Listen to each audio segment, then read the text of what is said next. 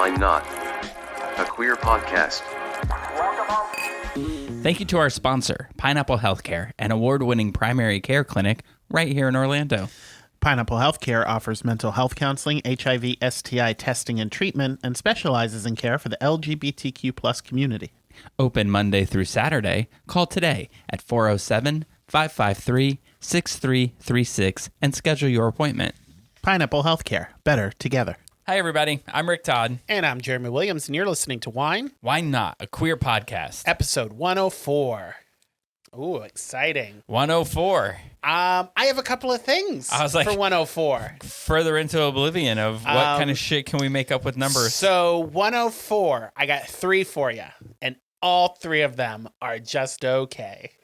Form 104. Kind of like the first 103 episodes. There were some good fun facts in there.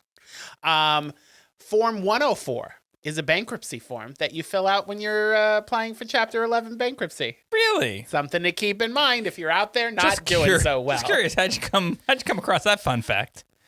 Googled 104 and sad life. Oh. Also, 104 is the name of a Russian rapper. So, Really? Shout out to 104. We soon will be brothers. If I could speak Russian Comrades. or rap, I would do a little right now, Yeah. but I can't. So instead, I'll just say glasnost. And the best one, I guess, you remember the TV show Room 104? It's on No. HBO. It was an anthology series from 2017 to 2020. Ran for 4 seasons. Sort of like a Twilight Zone anthology. Just a bunch of shit that happened in Room 104. Exactly. It's all the crazy shit that happened in a hotel room 104. It was created by Mark and Jay Duplass, who are brothers. I don't know if you'll know who Jay is, but Mark is Chip from The Morning Show. So him and his brother made that show, and For some reason, I thought you were going to say from like Chips. But those aren't their names. That's just their profession. But there's a Chip in Friends. There is a Chip in Friends. Yeah. All right. That's going to come up later, so I just want to... That's called foreshadowing. Nice. But they had a couple of famous people who were on some of their episodes. Dave Bautista, James Vanderbeek, Lily Gladstone. So, check it out. Room 104. Who's Lily Gladstone? She was nominated for an Oscar last year. She was in Killer of the Flower Moon. Yes. Yeah. So that's all I got for 104. Wow, that was a riveting tidbit of information for 104. That's what we're here I can't wait to see what 105 brings. Is there something that boils at 104 degrees? That could be fun to talk about, too. What shit catches fire human at 104? blood? I don't know. I don't know what boils at 104. We both looked over at Caitlin like, Caitlin, tell us. What it... That's funny. Yeah. Oh, that's true. You can't. You know what? I think at 104, if you have a fever 104, you're having a stroke. Oh, you probably should get to the emergency room. Probably if you got a fever of 104. If you're listening to us right now and you have a fever of 104, send me a message and let me know how we sound. Yeah.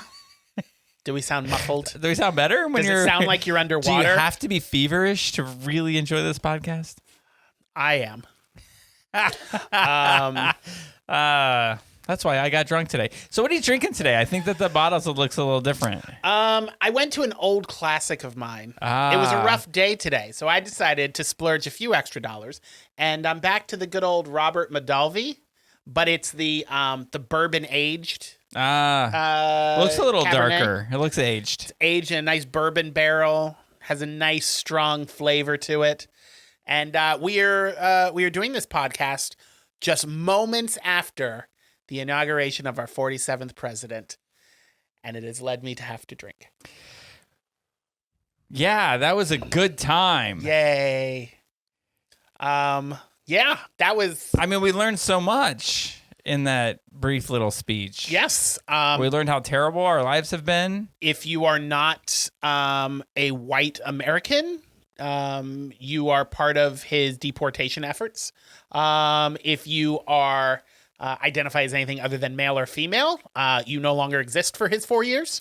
Not that you ever existed to him anyway, but you don't exist to his government for 4 years. I mean, the one positive thing I think that came out of it is that he kept saying "in my 4 years," which might indicate that he understands that at the end of the 4 years he's got to go, and that he's not. I figured when he won the election that he would just be the president until he died. Yeah, that might be why he keeps saying 4 years. He probably saw his blood work before he took the stage, and he's like, I guess 4 years is all I got left in me before the Big Macs take me out. And then I feel like it'll be a battle between Don Jr. and Barron. Yeah. As to who becomes the next J.D. president. Vance. It's going to go Game of Thrones. Oh, it's not going to be J.D. Vance. Oh, he'll throw it in there. Nah, it'll be. It's always the youngest son, right? Barron. He'll do that thing where he talks to the other ravens with his eyes closed and they turn white, and then he becomes the king. You know what? If you're gonna knock nerds, I need you not to speak nerd. Oh, well, other than today. Also today is Martin Luther King Jr. Day. It sure is. So we don't know if this podcast is going to make it on air tonight or not. Right? It's a holiday, so we're recording it today. So it may not make it until Tuesday. Yes. So if you're listening to this on Tuesday and being like, it's not the inauguration day, well, we're recording on Monday. And moving forward, always assume, unless we say something to you loyal viewers, we're recording on Mondays. Yes. Except last one, which was on a Friday. And don't ask me to go into that again.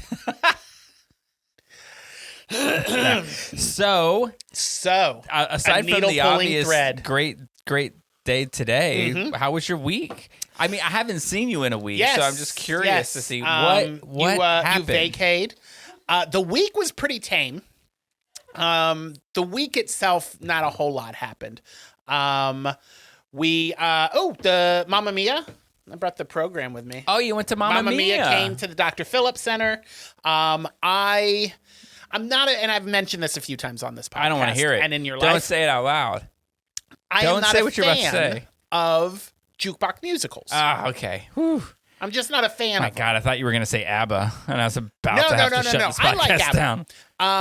But that was what I was going to say. But I do enjoy the music of ABBA, so this one's a little more tolerable than like the Bob Dylan one. Or the Neil Diamond one. I haven't seen that one yet, but I'm sure that was awful. Oh, yeah, I'm going though. If I'm in town, I'm going. You enjoy that one. How can you not want to see that? Because I don't care for his music. So it's like, I'm not a big fan of jukebox musicals, but if I like your music, I can suffer through it. But I can't even stand his music. Love on the Rocks? There's nothing about that show that even sounds amazing to me or appetizing to me. But speaking of appetizing, I'm going to eat it. This show was it was pretty good. Up. Yeah. I thoroughly enjoyed the scenes with the guys who all came out in their swim trunks and no shirts on, so lots of nips out. Well, there you go. I will say it's a tits out kind of show. I apologize if this is you, but everyone did fantastic on the show. That's a great way to preface on. I'm sorry if this is you, except the lead. The one who played the mom, the Meryl Streep. Really? She looks like Jean Smart, and she sounds like someone who is not a singer. She was so off. So I'm confused. Meryl Streep was in it? I won't tolerate Meryl Streep. No Meryl shenanigans Streep here. We love Meryl Streep. No, she just was not very good. She was pitchy all over the place. Her songs were awful. Everyone else on the show did fine, did better. But I don't know who she knew to get hired onto that show. But it was fine. Was she an understudy? I don't think so. No. I should have used the understudy. But maybe she's new to the cast, or new place, new sound. I'm sure that's what it was. Everybody else seemed to adapt, but she couldn't. But that's fine. I'm sure it was the sound. But it was a fine show, and it's always a delight when Dr. Phillips has us out there. Do you know, I like that show enough. Yeah.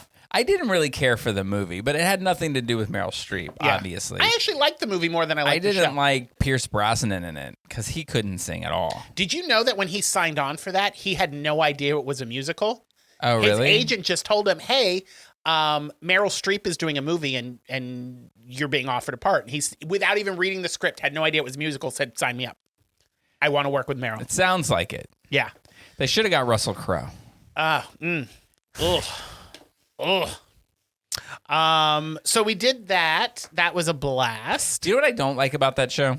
I do like the show, but I don't like the end of it. And it's what they do with jukebox musicals. At the very end, they decide, like, they do their curtain call, and you all stand up and you clap, and they're like, "Hey, standing up and dance, and we're gonna sing 3 more songs that you've already heard." And I'm like, no, that's forced audience participation, and I'll have none of it. Yeah. I'm not sure if that happened or not because we left before that. I'm not staying through the end of that stuff. It's like, once intermission. Once the bow comes, Oh, okay. then I'm gone. Yeah. We were in the parking garage, so I had to get there quick before that line backed up. Once you bow, I move. Yeah. Bow, move. Mow. Mint. Mow. Bow, movement. Bow. Mow. Bow wow. Bow. Oh, it turned into Blue's Clues in here. Turned into something. So other than that, Can you tell we've been away from this for more than a week? My friend Melissa, her daughter is she's learning the piano, and she had her first recital this past weekend. She goes to the Winter Park Music Academy. So I went there, and it was so adorable. Like, it opened with like a 6-year-old girl singing The Good Ship Lollipop, and she had a giant lollipop. So fucking adorable. And then they had little kids that were playing drums and saxophone and piano. And there was like an 8-9-year-old who played the Winnie the Pooh theme, and like she killed it. Like, I was like, damn, girl, I knew exactly what that was. How'd your friend's daughter do? She did great. She played Let It Go, and she was dressed as Elsa. They go all out over there. But it was a lovely school. A couple of the teachers who were up there, fine teachers. If I myself was a young prodigy, So the real reason- I would be going to that school. The real reason Jeremy enjoyed that. But It doesn't sound. I mean, I've been to many things that children do, like children's talent shows. Oh, yeah, I've been to my fair share. I think because this is specifically an arts academy, so they're actually trained, and it's not just, hey, it's winter break at Yahoo Elementary, so do your kids want to get up and sing Moana before we take winter break? These were legit talented kids. I need there to be a school called Yahoo Elementary. But because I know Melissa from when I worked back at Express Scripts, we worked at the pharmacy call center, and her, me, and then another girl, Alex, the 3 of us were inseparable back then. And so when I got there, Melissa was like, guess who's coming? And I said, who? She said, Alex. Alex moved up to New York many, many years ago, and I haven't seen her probably in 15 years. 20 years, something like that. Wow. And she was there, and it was fabulous. We all went out to dinner and had a good time and caught up. And she's back in town. I got to meet her husband and her kid, who I had never met before. So it was lovely catching up, and it was wonderful. And Melissa's daughter made me a little card because she's the one whose school had that Veterans Day event. And so I went to that event, and she made me a little card saying, thank you for coming to my Veterans Day event, Uncle Jeremy. Like, oh, she called me Uncle that's Jeremy. Cute. It's adorable. And then I went home, and I parked my ass on my chair, and Chris parked his ass on his chair next to mine. And Saturday night, we scrolled through TikTok until it was ripped from our hands. And it was very dramatic how they did it, because we were scrolling, and it just started to, it was about 10:30, and we were supposed to have it till midnight. I was so fucking annoyed. And it started to act very kind of wonky. The photos started to just fade away. Were you like, what is this, Vines? Sure. That's what yeah. It was very much like that. The leaving of Vine wasn't as dramatic as the leaving of TikTok. But like comments started to drop off, and then videos started to get all kind of messed up. And then finally I swiped my final video, and it locked there. And it was just, what was funny is it was a girl I follow, and it was a video of, she had like the camera right up on her face, and it was in black and white. And I don't know if that was her choice or TikTok the colors were fading out of TikTok. But she was like, I'm going to miss my TikTok family. And it was like, It was like, what was that, AI with the little robot boy? And I was like, it's going, Chris. And then I got the little message that says, so sorry that you can't TikTok. Maybe Master Trump will save us all. And I was like, it's done. It's gone. But there was a website that was, if you downloaded your data before TikTok faded away and you upload it up, I don't give a shit about who has my information. If you upload it on their website, they give you your TikTok tombstone. And it tells you how much time and how many videos and everything. So I wanted to just read my tombstone real quick. Wow. Because it really says a lot about what I've been doing the last 5 years. But it says, here lies Jeremy Williams. Actually, my screen name, at Jeremy Williams 1979. From March 2020 to January 2025, he watched 545,919 TikToks. He spent 1,516 hours on the app. My most active hour, 9 p.m. So if you're in the last 5 years, if you're wondering, I wonder what Jeremy was doing, and it was 9 p.m., I was TikToking. That's interesting. I'm sure that if I had that number beforehand, I could have rewrote Seasons of Love to be the number of videos that you watched. I mean, because you're close to 525,600 TikToks. Yeah. Yeah, I'm doing it already. And I assure you, I am nowhere near the most TikToked of So TikTokers. the last video that you watched, if that was the last TikTok video you were ever going to watch, was it worth it? Was it a good one to go on? I think it was. It was a goodbye video. I mean, I'll be honest. I probably would have preferred a thirst trap. Maybe that Austrian hitchhiker or the mountaineer, Peter. He's the one who sounds like the pigs from Shrek, and he's like, "Hi guys, I love that guy."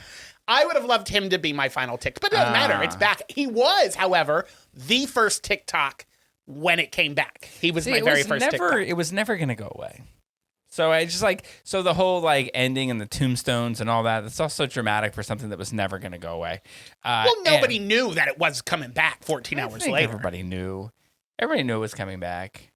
I don't know surprised it anybody even who shut down knew for anything, a minute. except for Trump, apparently. Well, that's what I mean. He said it was going to come back, and he was picked by God to bring TikTok back, and so he was going to do that.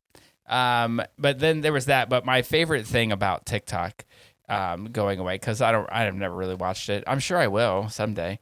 But was all of the memes on Facebook about what influencers were, how they were reacting, and some of those cracked me up. Did you see the one where they pieced together the girl from Hunger Games, who constantly was like TikTok, because she was trying to tell everybody that thing was a clock in one of the last ones. You know what I'm talking about? I don't Facebook. You didn't watch the Hunger Games? I saw them back when they were on. I wasn't obsessed with the Hunger Games. Do you know what I'm talking about? Yeah. So, I thought it was funny. But we can move on. I mean, that was it. That was my week. Let's see. Mamma Mia. Yeah. Music Academy. Yeah, I got that. TikTok. Inauguration. That ended the week. I know you were in and out, so I don't know how much of it you watched, but his first inauguration, if you thought that was bad, they dialed it up for the sequel. I mean, they were like, bigger explosions, bigger characters. It's gonna be a fun 4 years. I can't wait.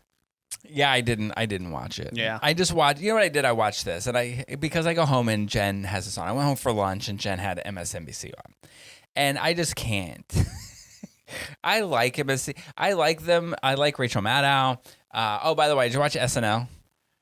Yes. Did you see that on the opening, which wasn't really that great, but that they kept calling the one guy, I forget his name already, but they kept calling him Rachel Maddow. Yeah. And Rachel Maddow called him Rachel Maddow.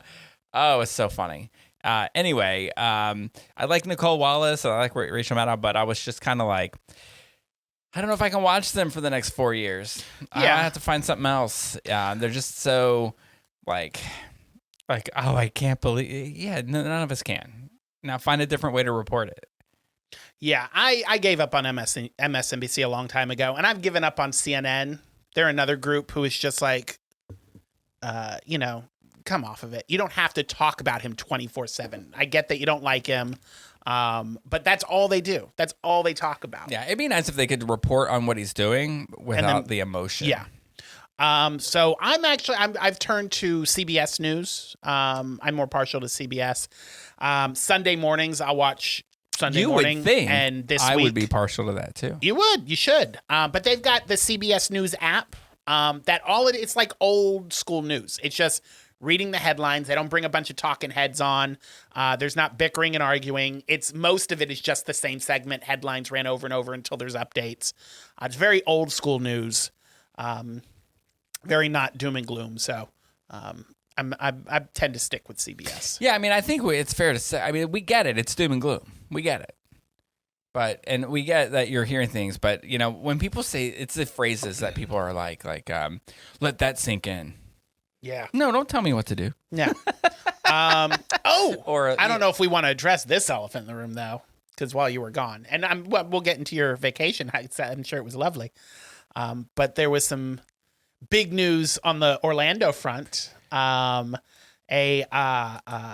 story broke on one of the gay bars here, LGBTQ bars, where one of the owners was indicted on child pornography and sent the community into a frenzy this past week. Yeah, for sure. It's a terrible story, that because it's definitely not a victimless crime. But for anybody who has access to or can read the indictment, it is a tough read of a horrible situation, So, but it's important for us to write about these kind of things because, our community. I don't know. I just feel like we deserve good leadership. Yeah. Like people have fought so hard to get to where we are that it's just important for us to expose the times when that is not being met. Yeah. So much, particularly, and I don't want to play left-right, but it happens mostly on the right, where there's justified outrage with something if it's done on the left side, on the progressive, by both sides. Rightly so. And then when something like it happens on the right automatically start defending, this has to be a conspiracy and the left is just trying to bring them down.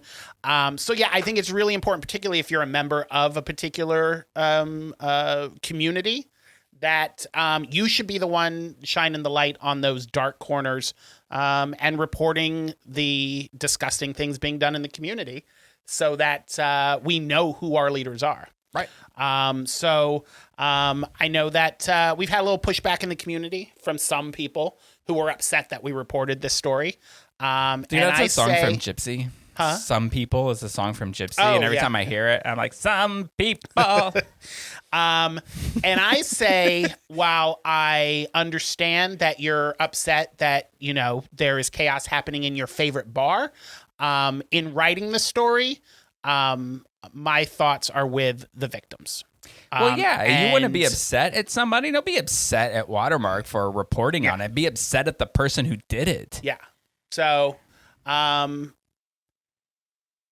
always live by the code of, oh,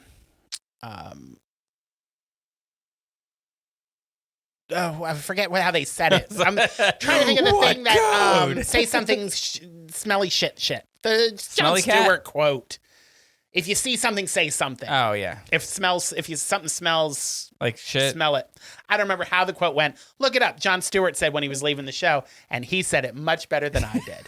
Anyway, I think you did a lovely job. If there's shit in your club, clean that shit up. That's what he meant.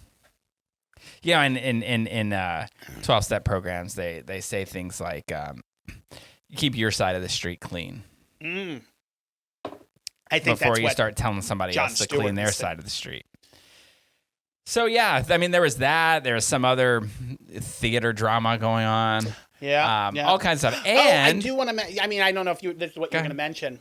Probably because we talked about it last week. We were supposed to go to an event tonight. Oh yeah. So we were supposed to have a roast of me for my 50th birthday. Happy birthday!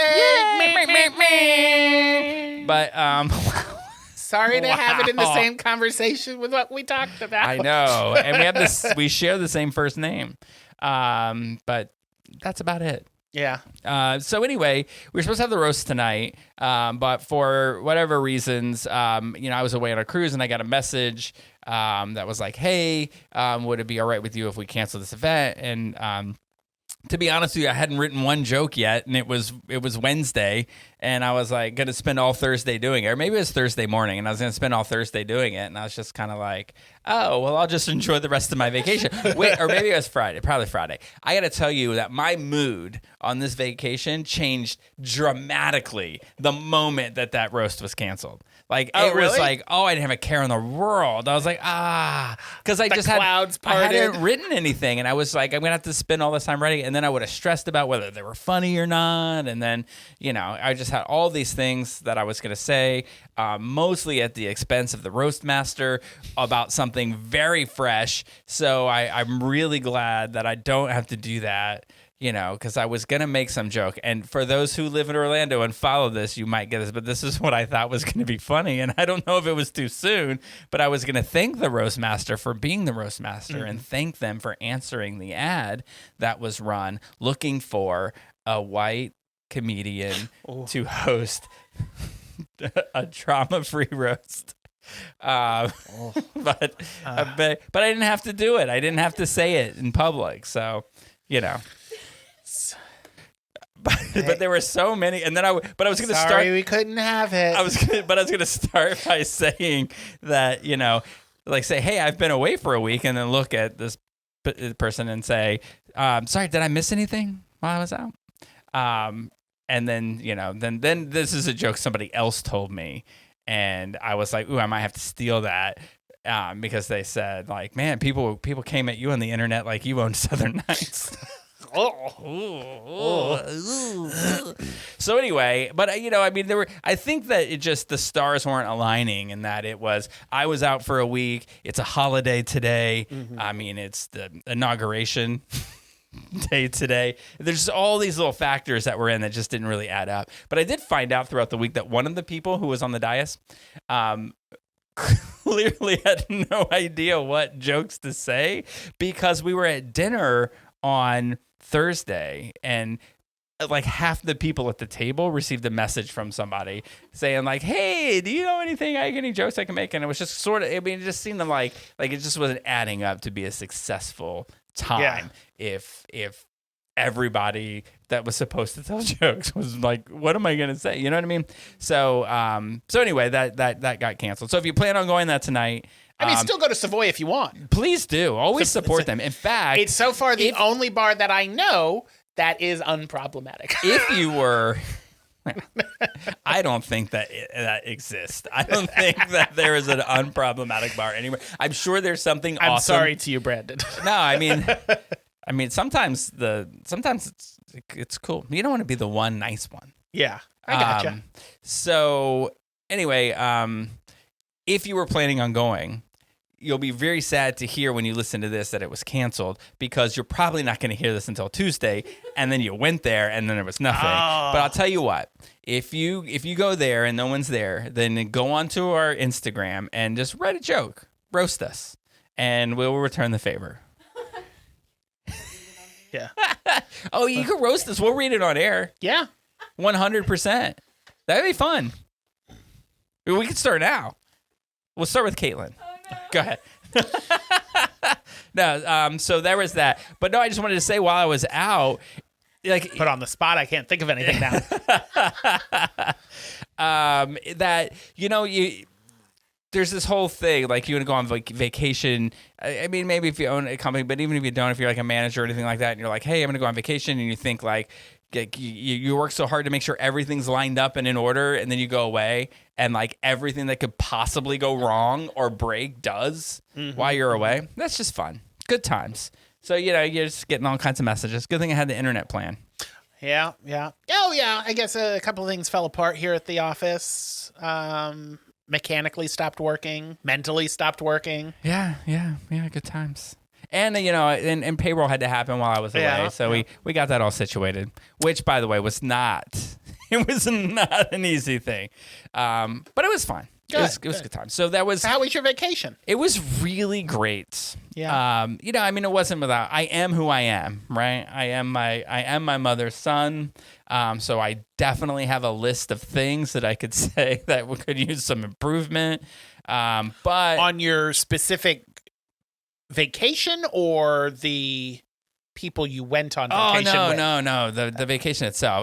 Gotcha. So it was great. So we recorded Friday, and then I said I was going out to that birthday dinner with Jen and her family. And we had a lovely time. We went to Bonefish, which is like my go-to place, which is great because I was like, it's a bit of a treat, but you can still eat healthy. And Bang shrimp? And knowing, no, that's not healthy.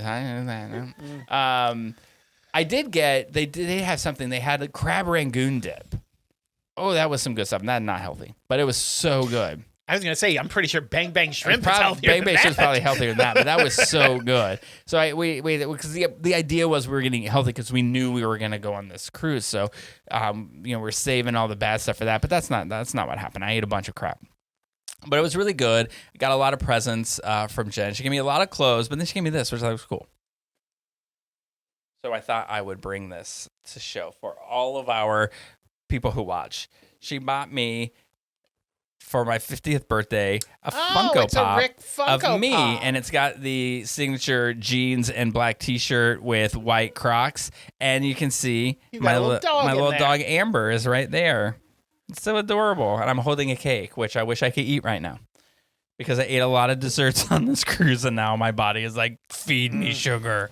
So that's cool. Very nice. So we had a really good time. The next day, Saturday, I got a massage and a mani-pedi. And I don't have them now, but if you see any pictures from my cruise, I had painted my nails white for fun, I guess. While Joe Biden was still president and I could still paint my nails, I did. So we went. Don't paint your nails now, homo. Right. I mean, there was that thought, right? I mean, it's just that I'm at that age. You might be a little younger than that age, but might be right in that time where you're sort of like every once in a while when you think about like, oh, I'm going to go out in public and there's something about me that people might pick up as being gay. And then you think like, where am I going to be? Is this going to be okay? Am I going to get tossed off a boat? That kind of stuff. I don't really think like that. No.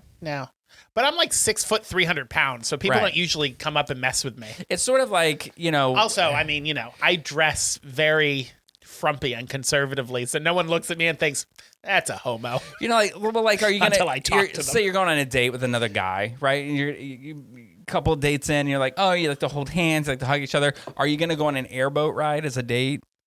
When it's just you and this guy that drives through the swamps all the time, and then be like, "Oh, and like, are you going to?" That sounds like a setup. He doesn't really love you, right? So it's sort of like, anyway. I want to point this out too. I drink energy drinks while we're doing this podcast, and I noticed there was a new version of it that's zero because usually I get sugar free. And I've learned this in drinking this. I should never drink anything that says zero because zero means it's going to taste like the original, and that's not always good. So like Coke Zero tastes like Coke. It's just 0 calorie, and it's way too sweet. This was way too sweet. So I'm glad I have my sugar frees to get me through the rest of this.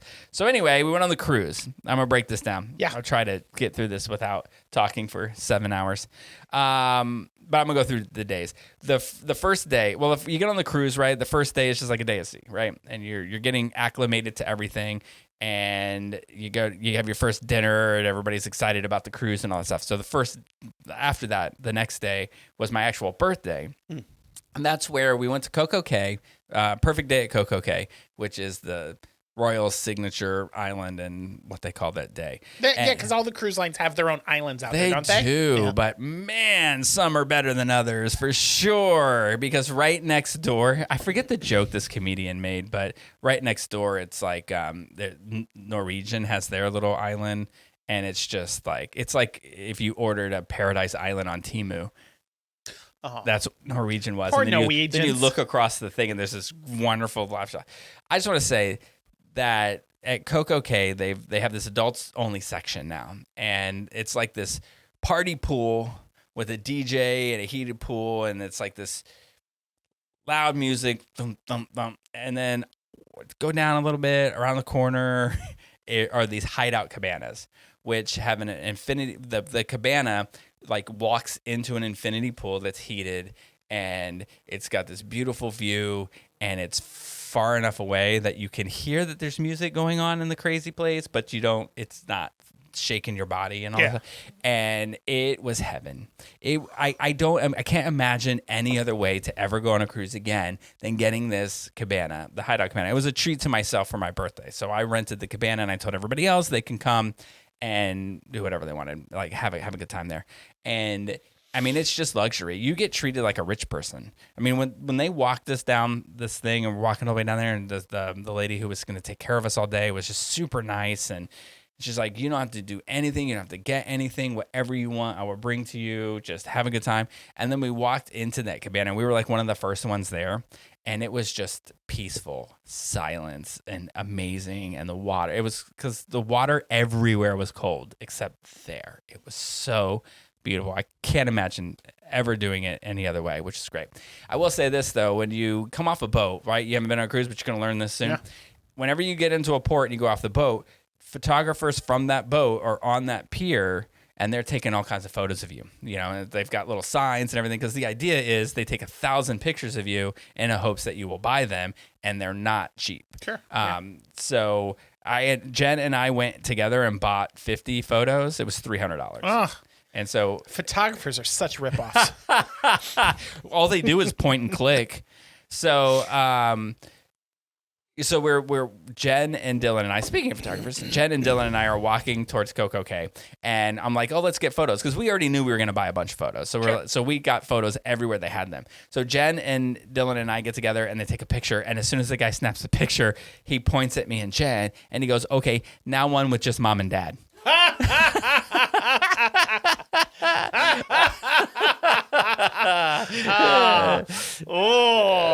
It was delightful. We laughed. Talk about getting kicked in the nuts on your birthday. Yeah, we laughed so hard. So then I grabbed Dylan and I said, my husband and I would like a photo, and I kissed him on his cheek. And when the guy snapped the picture, said, homosexual. No. Homosexual. He snapped the picture and he goes, okay, now just mom. Oh man, it was hilarious. I thought it was funny. I don't think Jen thought it was too funny. So it was great. We had a great time. I mean, it wasn't without its drama. My mom ended up going missing for like an hour and a half, and we had people like radioing all the trams to find out where she was. It was like such a crazy thing. On the boat or off the boat? I was off the boat, but it was like, it's just that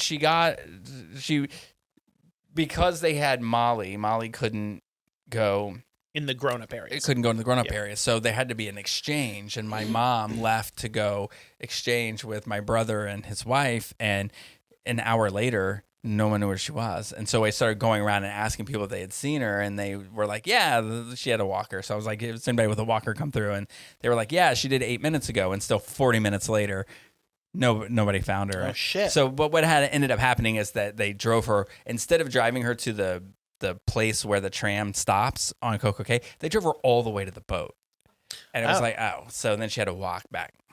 Craziness. So anyway, that was a fun day. The next day was Cozumel, and Dylan and I had a tour scheduled for the secret river that goes underground. It's called a river. It's not. It's more like the secret ponds, but it's like this. It's caves, and it's cold as hell in there, but it was just awesome. It was beautiful. I don't know if you've ever been inside of like huge caves that have stalagmites and stalactites and all that stuff. And because it was my birthday trip, they gave me a flashlight that I could shine around, and it was really cool because it was waterproof. So you put it under the water, all the water turned turquoise, and it was really cool. And then they did this thing where when you're on a cave like that, where they turn out all the lights and you sit there in the darkness to see just what it's like most of the time. And when she had taken this stuff from the ground and put it on the flashlight, so when she turned it on, it looked like a candle. And then she had everybody sing happy birthday to me. Oh, and then she blew the candle out and all that. It was just really cool. She pegged Dylan and I as a couple from the second we walked up. And it was really kind of cool because she didn't say like, oh, well, let's get the father and son up here. It was just, she kept calling us the couple. She's like, now the couple, now in this. And it was just like, never skipped a beat. And it was always like, you know, like your relationship with each other is as important as his family. And she was really great. It was a really good cruise. So that was fun. And then, I mean, it was like 2 hours of swimming in the cold, but it was super awesome. Then the next day was Roatan in Honduras, where we got to play with guinea pigs, which Dylan hated. But then we got to hold sloths, which I got to tell you is way cooler than you think it is. Yeah. It is awesome. And they're just like, we had this one, his name was Flash.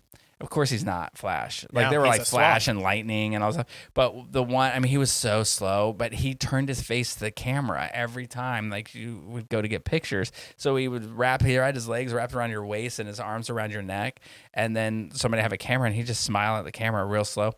That was awesome. So those were cool. Did you have a Kristen Stewart? Not Kristen Stewart. Kristen, who's the one from Frozen?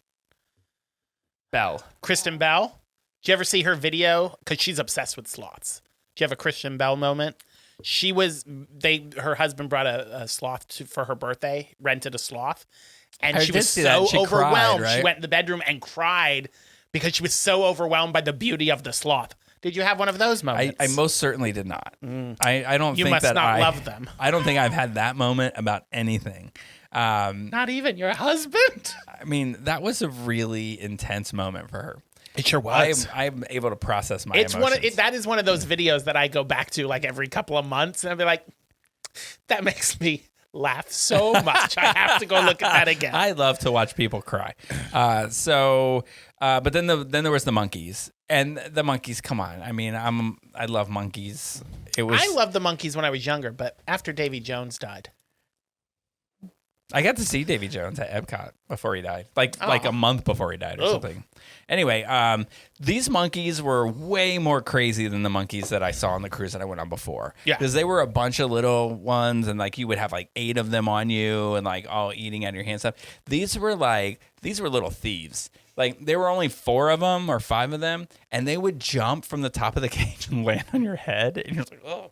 But they were awesome, and this guy put immediately one got on my shoulder, and I had a shirt with a pocket in it, and it got on my shoulder and reached his hand in my pocket to see if there was anything in there. But they did put something in Dylan's pocket, and it was just the coolest experience because the monkey was trying to be like sly and like reach his hand down and like nothing's going on here, and just really kind of cool. And they kept stealing people's hats and running off with them. That was pretty fun. But that was a great experience. Didn't do much in Costa Maya, but on my birthday, like after going to the Coco Cay, we came back on the boat and we all had dinner at the Mason Jar, which is sort of a restaurant, I think, that was new to Wonder of the Sea, which is the ship that we were on. And that was really cool. It was like I was telling you, it's sort of like Cracker Barrel-like. Oh, yeah, it was like a lot of comfort food. Oh my God, I got so sick. I ate so much. But it was all good. And they have a band. It's a trio. And I don't think that they're Southern. I don't think they're Southern American. I think there's definitely some different nationality to this, but they sounded exactly like an old country Southern band. And it was crazy, and they were great. And it reminded us like of all the country music we listened to when we were growing up, and just a really great time. And after that, we all went back to my room where Jen had completely decorated the cabinet and all of these different things. So this is one of the things that she had. There were probably like 40 of these rubber ducks, a different kind of ducks. And then it's got a picture of me when I was a baby on them all. And they were all over the place. And then she had like there were so many photos of me all over the place. And then a lot of that Molly Shannon character saying I'm 50. Oh, yeah. All over the place. So it was just a really great time.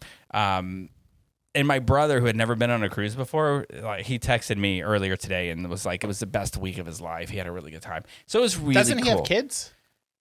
Yeah, have you met them? I Speaking always find it hilarious when people are like, this is the best time I have ever had in my life. And I'm like, aren't you married with children? Yeah, but kids cry all the time. But I mean, wouldn't you say like your wedding or your birth of your children? But again, I've never been on a cruise. Maybe it is the best time of your life. I don't know. Well, I mean, I'll find out. When you get married, the day you get married is just so fast. Yeah. And you really don't remember it. That's why you need yours. pictures. Well, yeah, because it wasn't you, but I don't remember mine. I remember somebody showing me their ass on your birthday. Or my wedding? Yeah, during your show. Oh, whew. Yeah. They showed a lot of ass. Yeah. So Those were the days. I wanted to tell you this though. Oh, one thing that one of his children taught me. Did you know that people call people zesty to say that they're really flamboyant? Me and Chris call each other zesty. Oh, I love it. It's my new thing. I love it. It's so zesty. We learned it on TikTok. I'm an old man. It'll make it to Facebook. We did a trivia, right? So there's trivias all over the boat. I was going to ask you, because I've heard that they do like bingos and trivias and karaoke and all that, all the things drag queens do in clubs. Do they do that all on the cruises? time, all over the place. Now, the karaoke, there was one cruise that I went on where the karaoke was spectacular. This, not so much. And then they were all like, hey, do you want to go to family karaoke? And I was like, do I want to see children sing in a microphone? Like, ugh. No, they're want just they're just mumbling. They're mumbling, and then they get to the chorus, and then they're like, "Let it go." Ugh. And then God, you're ruining the cruise for me. Oh, so just stay away from family karaoke. But yeah, trivia all over the place, and I love it. My brother and I went. We would go to trivia and thinking like we went to there was name that tune 50s and 60s, and we were like, we're not gonna get any of this. We got 15 out of 20. That's pretty good. Yeah. But then there was Friends trivia, or as they call it, Central Perk, and we got 15 out of 20. So I'm going to tell you I'm going to give you the questions that we got wrong to see if you can get them right. Okay. Okay. What company did Rachel get a job with in Paris that was moving her to Paris? Oh, it was shit. I haven't watched Friends in months. Oh God, was it Prada? No, it was because she was with Ralph Lauren, and then she did the interview with Gucci, and she didn't get either job. Oh God, I probably would have gotten this wrong. Jen kept saying Ralph Lauren, and I was like, no. I was like, I really think it's Bloomingdale's. No. But it's I thought not. It was Prada. What is it? I'm not gonna get it wrong because I think it's like three names. But is it Yves Saint Laurent? Oh, Yves Saint Laurent. Yeah, that's what it was. Oh, really? Yeah. I don't remember that. No. So that was one that we got wrong, and then I didn't know that one. I thought I did, but I didn't. This one, I know the episode and I know everything, but did not know the answer to the question. What was the name of Monica and Ross's childhood dog?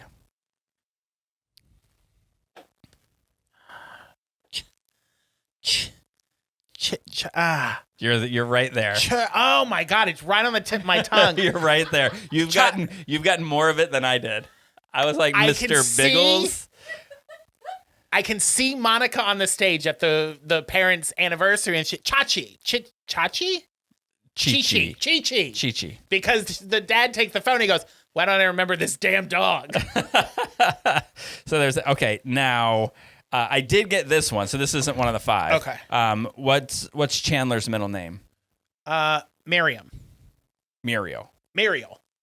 Yeah, Muriel. So this is so here's the last three that I didn't get right. Where did Ross? This was the tiebreaker question, I think. This might have been the tiebreaker. Where did Ross and Rachel have dinner after they got married in Vegas? Where did Pizza Hut? Yeah. That was the tiebreaker. Congratulations. Thank you. Yeah, I won. Okay. Now this one I knew it was free. It was by the way. This number they comped their meal because they were newlyweds. We knew it was between two numbers and we picked the wrong one. So how many sisters does Joey have? 9. 7. 7 or 9? 9. We said it was 7 or 8, and we went with 8, and the answer was 7. 7. So then here's the other one we got wrong, and I know the episode, and I was so close in the answer, but which one of Joey's sisters did Chandler make out with? Oh. God, see, these are the early seasons. They don't care for the early seasons. Maria? I'll tell you what we said, and we were wrong, but we were very close. I said Mary Ellen. Mary Ellen was the one he did kiss. Wasn't that the one that like brought him into the hallway? I don't remember. And then he kissed her thinking, because he didn't know what sister it was.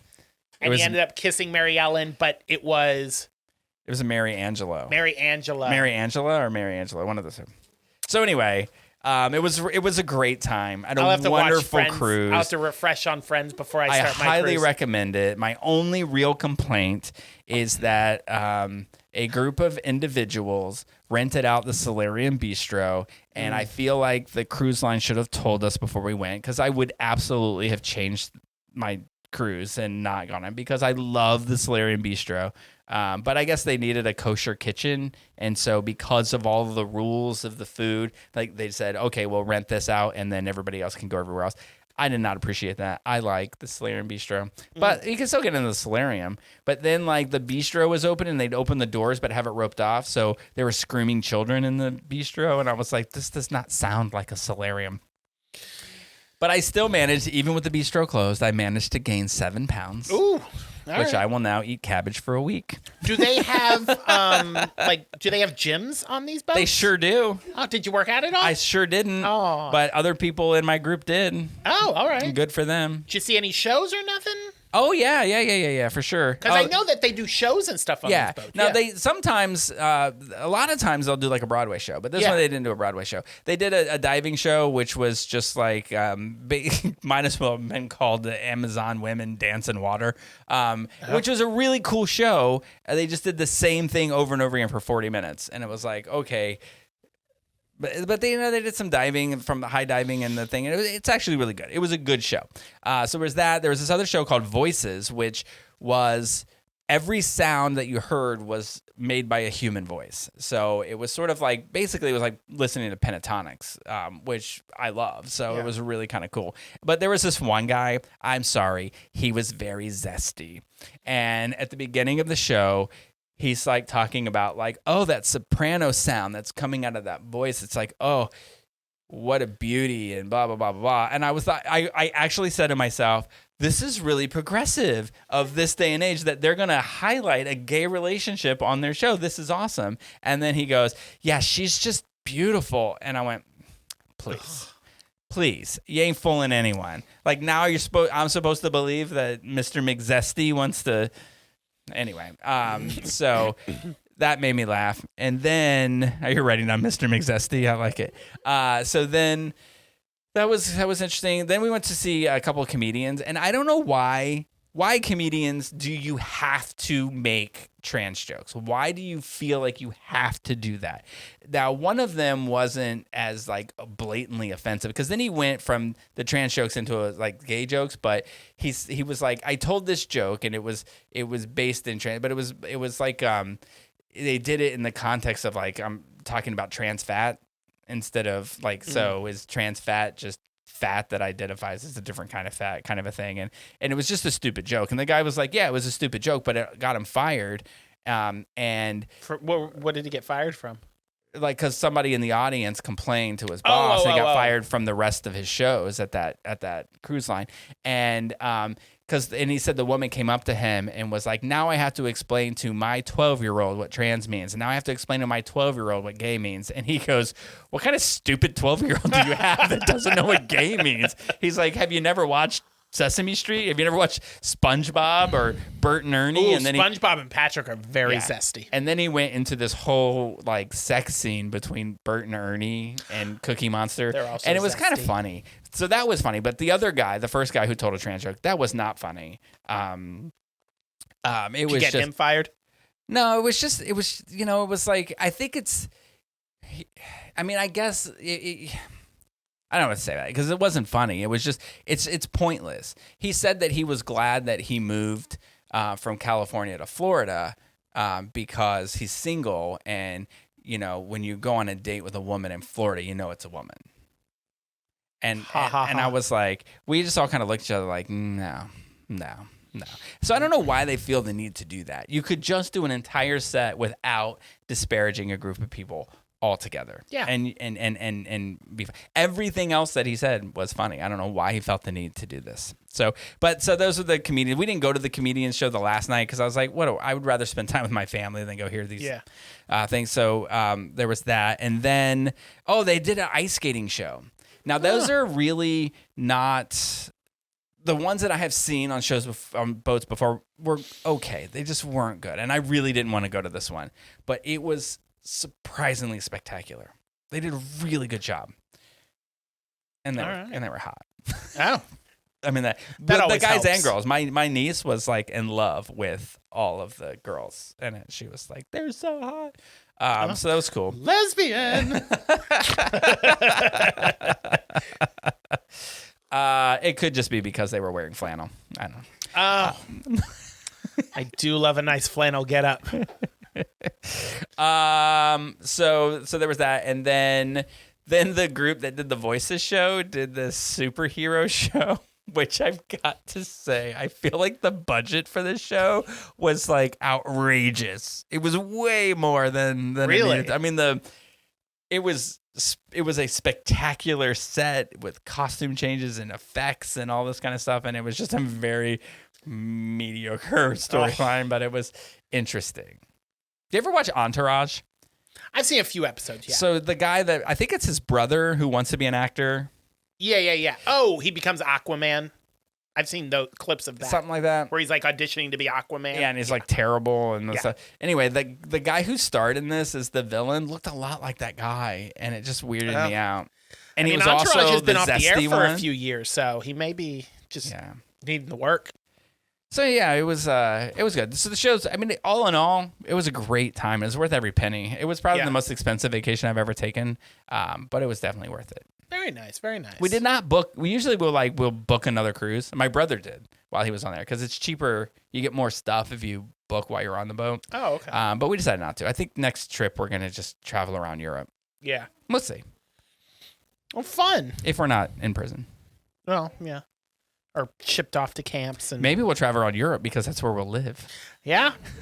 Just jumping around from place to place while they let us until they get a conservative that gets rid of all the immigrants. That's going to be the spoiler alert for us when we find out that Trump thinks immigrant is just French for gay. I will practice saying welcome to Greenland, which I think is where we're all going to end up. So that was all good. It was a really good week. I think that's who he wants to buy. He wants to ship us all there. All right. Good times. Wonderful, wonderful. Well, that sounds like a fun, exciting week. It was, yeah. And we found time in your busy week and my busy downfall from society to watch a movie. We did. You know, I want to give people this little tidbit of information. Yeah. That we don't have a plan. Most of the time, we don't have a plan. We don't look and say, here's what we're going to talk about for the next 3 months. Yeah. And we don't plan it that way. No. When we shut our computers down after this, a day or two goes by, and we're like, what are we doing next week? What are we going to cover? And sometimes we Google like what's having, if there's nothing like in the news or like, hey, this just came out, we'll sort of Google like what turned 20, that kind of thing. That's why you'll get some of these retro looks. Or look backs on movies that are 20 years old, and sometimes we'll get suggestions from people that they'll message us on Instagram and say, "Hey, check this out." Or the last week we talked about something that Andreas had recommended, who was on our 100th episode. So that's just how we come about this. And this time, this movie was recommended, but recommended by somebody who had recommended 2 other movies that were really good. Yeah. If Namara, we watched last year, if you remember that, he had recommended that. And I feel like Dante and Aristotle, no? Did he recommend? Yes, the Dante and Aristotle movie. Yeah, he that also was cute. recommended That was good. So he had a good track record. So when he recommended this movie, we actually did this. We went and watched the trailer. Yeah. And the trailer is like, oh, this looks like an adorable coming-of-age story about a young gay guy. So, yeah, let's watch it. Yeah. It was none of these things. I want to let you know, buddy. None of these things. We're going to have to think twice about watching another recommendation. Just saying. I don't know if just given the news of the last week, this movie felt a little icky to watch. Oh, did it? Yeah, I mean, they're obviously they're over 18. Yeah. But they are very young looking actors. Yeah. And it's about them getting laid for the first time. And a particular scene when we get to it in the hot tub just seems a little groomery. That was predatory. Yeah. That was predatory, Yeah, for sure. so it was a little icky watching this movie after everything that I had to read this past week. Now, we usually say this for the end, I'm going to throw it out there. The movie is called Feeling Randy. Yes. And it has no Rotten Tomato score. Really? Yeah, there All are right. 2 reviews. Now, this came out in November of last year. Yes. So it's very, fairly very new. independent. Came out in November. On Wikipedia, it says it was released November 1st and then followed by a digital release on November 5th. So it had like a theatrical release for 4 days. They were like, just drop it on video on demand. Whoever's going to see this in the theater saw it in those 4 days. They're fine. But yeah, so November, it was, in fact, that would have been the weekend before the election. Yeah. So we were very busy. So obviously we missed this one. Yeah. So we watched it this week. That's it. It's interesting. And you know what? I will say too, there are people in it. So the lead, There are people in it. You are correct. No, that are. I mean, there's well known. There's some well-known people. Like, well, I wouldn't say that Reed Miller is well-known, but he plays the lead in this. But he played Joe Bell in the movie Joe Bell movie, the Mark Wahlberg movie that came out a couple of years ago. And Jonathan Silverman, who was in Single Man in the 90s, or Single Guy, whatever that show that followed Friends. Oh yeah, but he was also a couple of movies. He was in Brighton Beach Memoirs. He was in Weekend at Bernie's. Yeah. But I loved this movie when I was a kid. Stealing Home. He was in that, where he played the young version of the character, the guy from NCIS or NCIS plays. Mark Hamill. Mark Hamill? No, yeah. No, yeah. Yeah? Mark Hamill? I just want a clip of Jeremy and I back and forth going, yeah, huh, yeah. That'll get some listeners. Mark Hamill. Mark Hamill. Yes. Yeah. He was in a movie in the 80s called Summer School that I watched. Yes. It was one of those movies that ran on repeat on HBO in the late 80s, early 90s for a while. Love that movie. Stealing Home, though, Jodie Foster was in that. Jodie Foster, Mark Hamill, and Jonathan Silverman. So, Jonathan Silverman is an actor who's been in stuff that we know. Yeah. So you would think, God, is he a dick in this? But also, what a weird storyline and character that they actually never followed through on.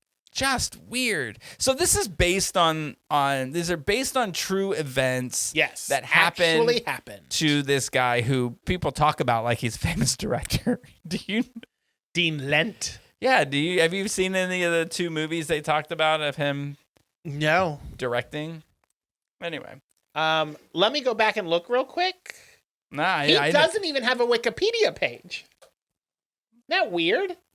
Like, I feel like if you've directed a movie that at least people have seen, a couple, I know at least 3 people now, saw. I'll say that this movie, the plot of this movie, what it's about, the time period in which it happens, like this is a formula for success. This is a formula for a really good movie. I totally dig the 70s vibe to it. Except that guy's the lead, his pants were like right under his nipples the whole time. Yeah. And like he wore them all the time. And this spans over days and days. And I'm like, does he have another pair of pants? Yeah. I just noticed them because they're quirky, So it's sort of. I was looking over the filmography of Dean Lent. I don't know anything he's directed. However, he was a cinematographer for the Steve Harvey Show. So I know that show. Wow. Yeah. So there you go. Moving on up in the world. Yeah. So I got to tell you, like, if you want to go through this the way that we normally do, that's cool. I wrote down a couple of things, but really, I was lost a lot. Yeah. It's not. It's particularly in the early part of the movie. It's not a very linear story. Sorry, my camera just clicked off, and I looked at Caitlin, and I'm like, I'm so sorry, because now she's gonna have to put 2 videos together. Sorry. All right. So it's not a very linear story, and it's kind of all over the place. But just like a quick intro, there's a little flash up. First, they're talking about the word boner and how funny the word boner is. I wrote it down. And I wrote boner. Then it flashes on the screen, Bay Area back in the day, is all it says. But if you read the synopsis for this, it's the 1970s. They make reference to Star Wars, so it's at least 1975. Because that's when the movie came out. 77. I'm sorry, 77 is when that movie came out. So it's at least the later part of the 70s. And there are 4 friends. There's Randy, who's the main friend. And he's got his friends Samson, Mark, and Adam. They are all virgins, or at least Randy is. The other one of them, I think, you get the impression that he's been to this. Yeah. He has been to the whorehouse before. Although I don't know how truthful that is, given how he handles the whorehouse. Can I just say though, I didn't like Tyler Lawrence Gray plays Samsung. Mm-hmm. It jumped out to me because while I was on the cruise, I was playing trivia, and one of the questions was, who makes Android? Who makes the Android software? Do you know who does? Oh, Google? I don't know. It is Google. Oh, yeah. But we didn't know, so we put Samsung. And then this kid's name is Samsung. If I had a friend like Samsung, I would have realized I was gay way earlier than I did. Is his name Samsung or Samson? Oh, I don't know. Oh, because I wrote down Samson because I thought they were all like biblical names, except for Randy. I don't know if Randy's in the Bible, but like Luke.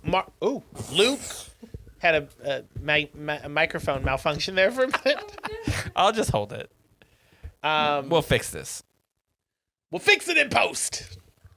So the 4 friends. I'm trying to find the cast list because there ain't a whole lot on this movie. Oh yeah, Samson. So like the Bible. Samson. Oh, okay. So there's no G at the end. No. My bad. And then Mark and Adam, and they're 4 friends who, I mean, the whole premise of the movie is they're going to the Kitty Ranch, which is this brothel out in the middle of nowhere, to lose their virginity. Or Samson's going to get his 3 friends to lose their virginity. Which is a real place. Yes. But it's not called the Kitty.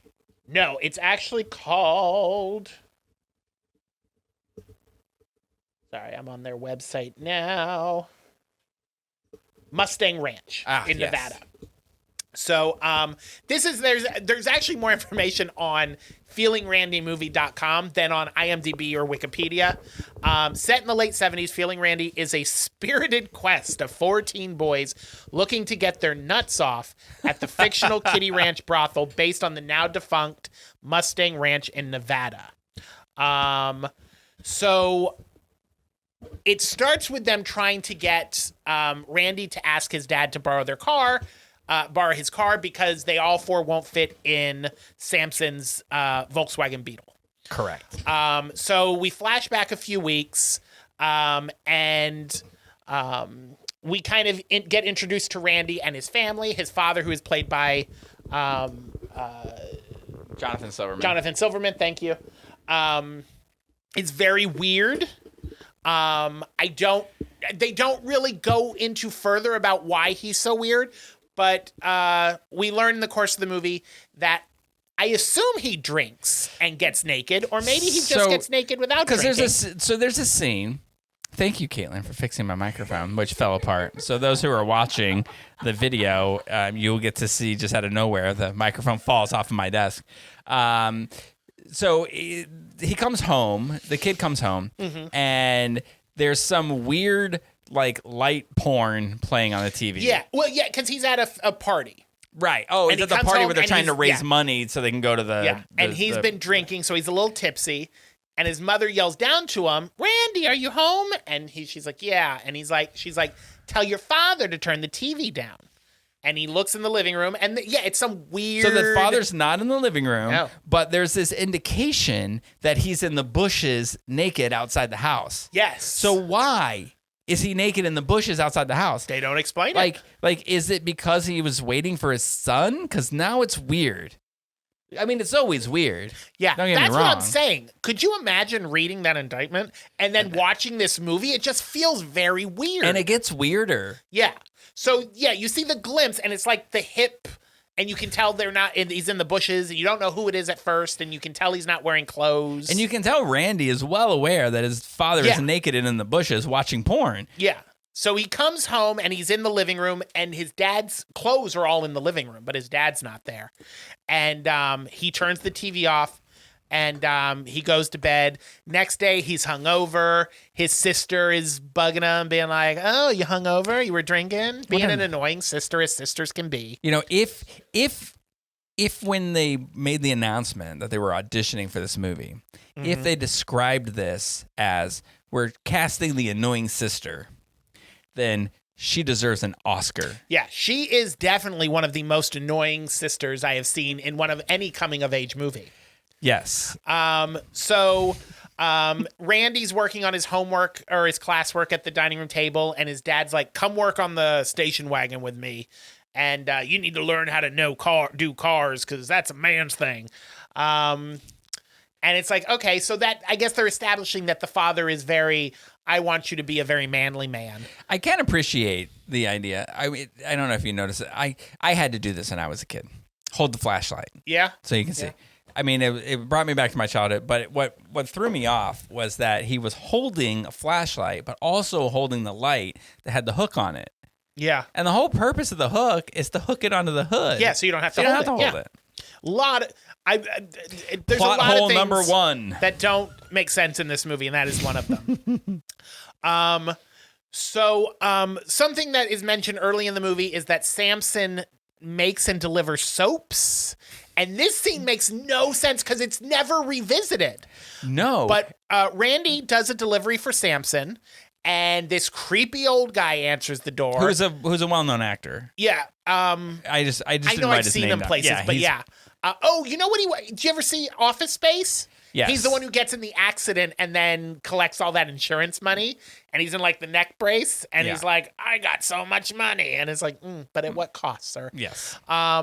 So he's standing there, and he's like, "You're not our normal delivery man, delivery boy," and he's like, "No," and he goes, you hear the wife call from inside, and she's like, "Is that Samson?" And he's like, "No, he's delivering for Samson." And the wife yells, "Is he pretty like Samson?" And the old man looks and he goes, "I don't know. Are you pretty?" And that's about it. Yeah, that's about it. That's the whole scene. So what they hint at is that Samson is fucking them, but that he doesn't really deliver. So it's sort of like that movie Loverboy from the 80s, that was where a good like movie. you order extra anchovies and the delivery guy shows Carrie up and Fisher, sleeps with you. Kirstie Alley, check it out, 80s. McDreamy. Yeah.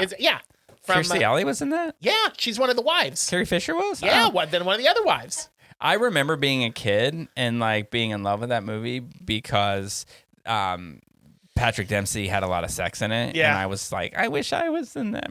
Extra anchovies. That and A Night in the Life of Jimmy Reardon. Did you ever watch that? I never saw that one. No. River Phoenix. Anyway, so same theme as these movies. Like, so Randy kids goes trying to get home laid. and he's watching TV with his mom. They're watching their shows, eating dinner, and there's a knock at the door, and it's a police officer. And you're like, "Oh no, did his father die?" No. Randy probably wishes his father had died, and that's what that knock was. He's knocking because Randy's dad was found swimming in a pool naked with a 4-year-old. Well, there was a 4-year-old saw him. Yes, but that's all they say is there was a 4-year-old there. They don't go into detail about what the 4-year-old was doing there. I think they say that he was naked. He decided to go for a swim. He was naked in this place, and he was seen by a 4-year-old. I think they say that she saw him. I don't think that he was with a 4-year-old. I don't think that I don't think child molesting is his thing. I think his thing is streaking. Yeah, I don't know. He's But a they weirdo, don't- but and they they don't go don't into go into detail. it. So use your own imagination. The cop is from their church, so he says, I pulled some strings so it stays quiet. With the man upstairs. And then they bring him home, and the station wagon isn't impounded, which throws a wrench in their plans because they were going to take that. How are these kids supposed to pay for sex workers if they can't get the station wagon because their dad can't keep it in the pants? They have a plan. We're going to talk to Luke. But before they talk to Luke, they get together.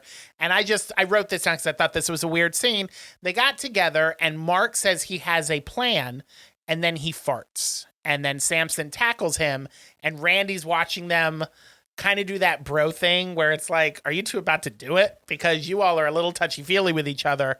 And then they like fight and then he like dry humps him. And then we cut to Luke's house.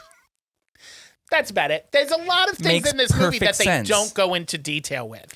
Yeah, there's something will happen and it'll never explain it or go back to it ever again. So before they go to Luke's house, we should mention that Randy has a friend he met at school named Melissa. Melissa the Dyke. Melissa the Dyke, as she is called. So he goes to Melissa's house to borrow a sleeping bag. And she knows because Mark had told people in the school that they're all going to this brothel. And Randy's like, no, we're not. We're going camping. And she's like, I need to borrow your sleeping bag. And she says, just don't pee in it. And he's like, why would I pee in your sleeping bag? She's like, just don't bring it back peed in. Which I thought was weird because, again, never explain her phobia with urine. Wow. And, I mean, I feel like that goes without saying. Yeah. I agree. Like if she didn't tell him, then it would have been perfectly okay to return it with urine in it. So while he's borrowing that, they're in the attic getting a sleeping bag.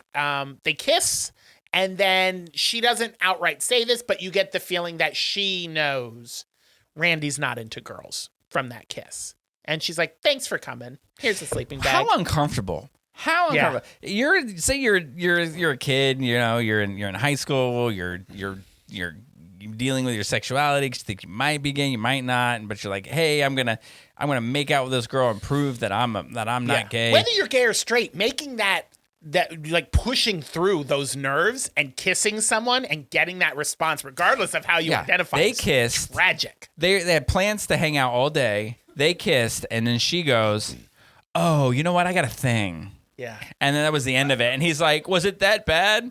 You know, it's funny. It reminds me when I was I don't know if you've ever had this experience where a kiss changed your life. Mm-hmm. But I was in middle school and I was like, I'm not going to be gay, right? I'm going to be straight. And so I had a girlfriend and that, you know, but in that age where you don't have to hold hands or kiss or anything, you just have to say your boyfriend, girlfriend.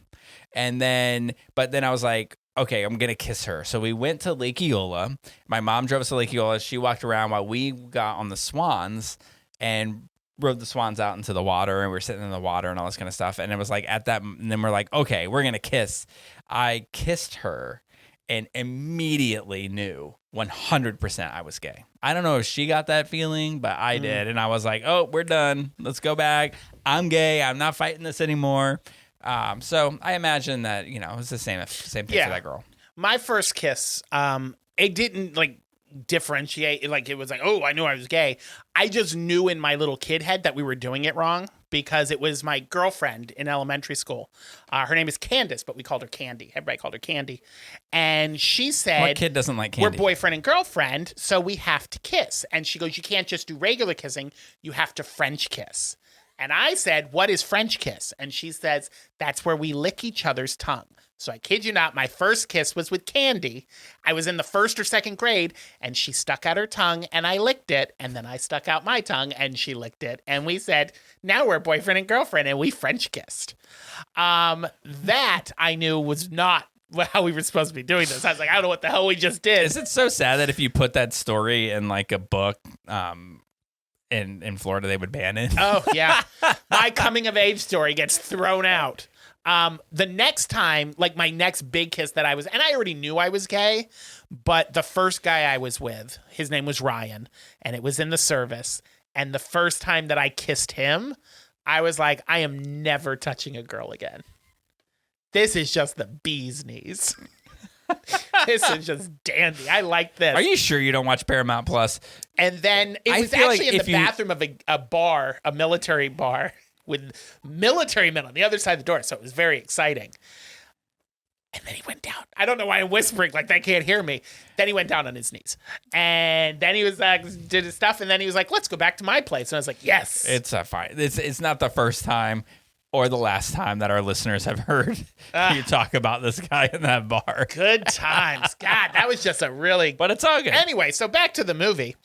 They go to Luke's house, who he drives a car that is nicknamed the Black Beast. And Samson's like, hey, we're going to go meet with Luke. He says we can borrow his car. So they get there to Luke's house, and he is high on shrooms, as every good kid in the 70s is. So he says he is proud to be the hero who was able to provide the ride for them to, and I'm quoting him here, procure pussy. Because that's what they want. They want to procure the pussy. And why? Why do they want to do that? I wrote this quote down from the beginning of the movie when they were talking about going. Yeah. And I put a question mark because I'm like, is this really how they said this? Pardon me while I sift through my pages. Yeah. I usually staple things together. I didn't do that this time. Yeah, it's your first day back after vacation. No one expects you to be perfect.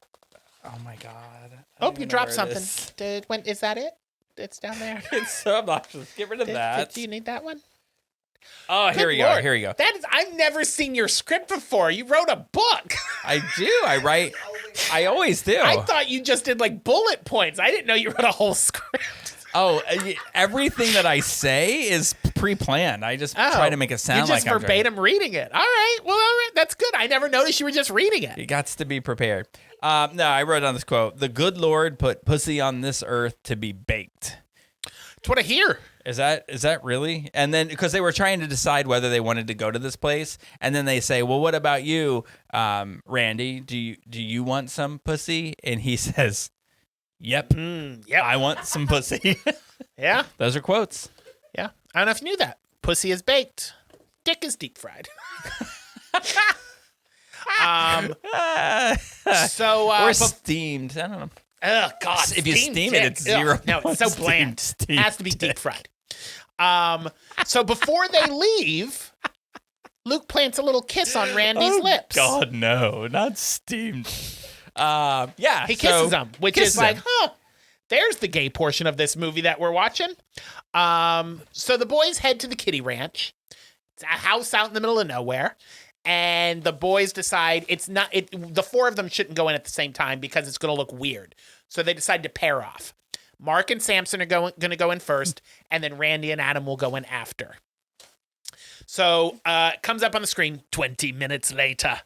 And Randy comes out looking all proud as a cock. And he's like, yeah, I just got some pussy. And then Mark follows behind him, and Randy asks him how it was. And he's like, it's weird. I'll tell you about it later. So the four of them are driving back in the car. His was weird. Yeah, his was weird. So they're driving back, and each of the boys start taking turns about how their time went. Now they're telling each other, oh yeah, I was a stud. I made her come 3 times, blah, blah, blah, blah, blah. But as they're saying what actually didn't happen, they flash back to what actually happened for each of the boys. So the first one up is Mark, who is with his hooker, or sex worker, I guess we'll call him, we'll be politically correct. And the girl makes him stop because she says, your stuff is just too big. So she goes, but I will finish you off by jerking you off. And then told him he should do porn. And he's all proud. He's like, yeah, I should do porn. And she said, the good money is in gay porn, by the way. You should just know that. So in my mind, because they don't do that thing at the end of this movie where it's like what happened to them, I'm going to assume Mark got into gay porn. Then a fair assumption. Then Adam is next, and Adam says that he pleasured his woman wonderfully. In the flashback, we learn he locked himself in the bathroom, and then asked his sex worker if she was a prisoner. Do they let you leave? Yeah. He was so concerned for her safety. And then she's like, oh, God, here. But he was paying her. Yeah, he slipped $20 under the door. He get in trouble. And he's like, here's your money. You're good. We don't need to do anymore. So then we cut to Samson, who is, quote unquote, the stud of the group, who's like done this before. And we cut to him, and the prostitute is like checking his junk for disease. I guess that's what she was doing. And in the process of checking, he premature ejaculates. And she's like, well, you still got to pay me. So that was his experience. So sorry, Samson. Your abs didn't save you in this round. And then Randy is the final one. He initially can't get it up and then closes his eyes and starts to think of Samson, and it popped right to work. As it should. So he was with the prostitute. He gets naked. She rides him. Well, she steps out first because she's like, oh, you're not. And he's like, oh, I had some beer before I came here, so it's taking a minute. She goes, okay, I'm going to step out, do whatever you got to do to get yourself ready. And then she comes in. She's like, oh, you're standing at attention there, soldier. So then she rides him. They finish. And she says, are you sure you like girls? And he's like, psst, yeah, them girls. Yeah, I like it. And weird. And she looked like a typical 80s sitcom mom, yeah, which threw me off. So he says, why do you ask that? Was I not good? And she's like, no, you were good. Not as good as my girlfriend, but you were good. So it's kind of like she was giving him that, hey, I know. I'm doing it. You're doing it. What do they call that? This is a lavender marriage now, Randy. I got a girlfriend. You want a boyfriend. We'll just tell people this is what we do. So she gives him her card. And I didn't write her name down. It was like Trixie. Trixie. Not to be confused with Trixie Deluxe. Yes, that was definitely not Trixie Deluxe in that. Although that would have been a lot funnier. It would have been hilarious. He probably would have enjoyed it more. In fact, Trixie, let's make a movie. No. So, Randy gets back home and nobody's there. And there's a letter on the table. His mom says, hey, your aunt's in the hospital. Me and your sister went to see her. Heat up. There's dinner for you. Make sure to do the dishes. So he goes and he takes a shower, as everyone should once you've seen a sex worker. Get that cleaned up. And he's looking in the mirror, and he's he doesn't like that he has a little baby face. So he takes his sister's an eyeliner pen and draws a little mustache on. And it's funny because that's when for Halloween for years in a row, Dylan and I would go as Bob and Linda from Bob's Burgers, and that's how I would do my mustaches. I have a eyeliner pen, and I would just sit here and do this, make little lines on my lip until I had a full mustache. Yeah. So when he started doing that, Dylan's like, "Oh, look, he's gonna be Bob." But he Bob only did like 4 lines. He did a couple of lines, and then he was like, "No, you know what I really want? I want a pair of luscious lips." And he takes his sister's lipstick, starts to put the lipstick on. And he's looking at himself, and he's looking at the mustache, he's looking at the lips. And at this he's moment, torn between what he wants. And at this moment, the movie changes. His dad is standing in the doorway. My first thought was, dude, you just got out of the shower. Why is the door open? Are you not allowed to close the door and lock it when you're showering in that house? I don't know. My first thought was, what the fuck's going to happen in this movie right now? Because you've got this perv and this kid with lipstick and a towel. And I'm like, what's going to happen? So his dad comes up and he says to him, is this why you don't like working on the car? You little homo. He doesn't say the homo part, but that's what he means. And then he wraps his hand around his throat, but in very slow, kind of sultry way where it's like, oh my God, I don't know if he's going to hit him or molest him. That's what I'm saying. It was a very weird thing. And then he takes up he's got him by the neck and he takes up the lipstick and starts to Ronald McDonald clown mouth on him, rub the lipstick all over the place. So all I kept thinking at this point when he's got his hand around his throat is I know he's your dad, but kick him in the nuts. Just kick him in the dick. And he heard me. Dick kick him. And Randy dick kicked him. Hit him right in the dick. And then he left. But I just wrote this down because I think it's important at this point to say, Randy, you do not have to be embarrassed to put lipstick on and have your father see it. You saw him naked in the bushes. Yeah. He was naked around a 4-year-old. You're winning this battle. Yeah. So Randy hops on his bike and he takes off and he goes to Melissa's house first. And He puts on his favorite pair of pants. yeah, And then he goes on a tour, and he didn't have a shirt on, No, right? he did not have a shirt. Just his Still big old didn't bother to clown wipe face, the lipstick or the mustache off. clown face, and his favorite pair of pants, and he's going on a riding through town tour on of the his city. bike. He goes to Melissa's house, but She answers the door. yeah. And did he give the sleeping bag? He had the sleeping bag with him, right? Did he? I think he gave the sleeping bag It's back. just kind of weird because it is sort of like then he shows him going somewhere else, and it's like, did he go in? Did they hang out for a minute? So you never know. He goes to Mark's house, and his mom answers the phone or answers the door, and she's drinking. You can tell she's kind of one of those kind of moms where she has a cocktail all the time. And she says that he's not home. He went to Adam's, and that they were going over to Luke's house. So he goes over to Luke's, but nobody's there, just Luke. So it's just Randy Wonder and where Luke. this is going. Luke and Randy hang out and they get high, and Luke tells Randy, "Hey, guy, this is a safe space to take off your pants." So he tells him it's a safe space, and then he shotguns Randy twice.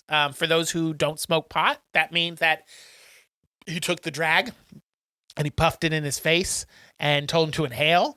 And he did. But it wasn't pot. But it was, It was I like thought, hash or it was something, something right? else that put him into like a shroomy type of like a trance kind of almost. Yeah. And then we saw flashes of like a spaceman and colors and stuff to indicate he's on a trip.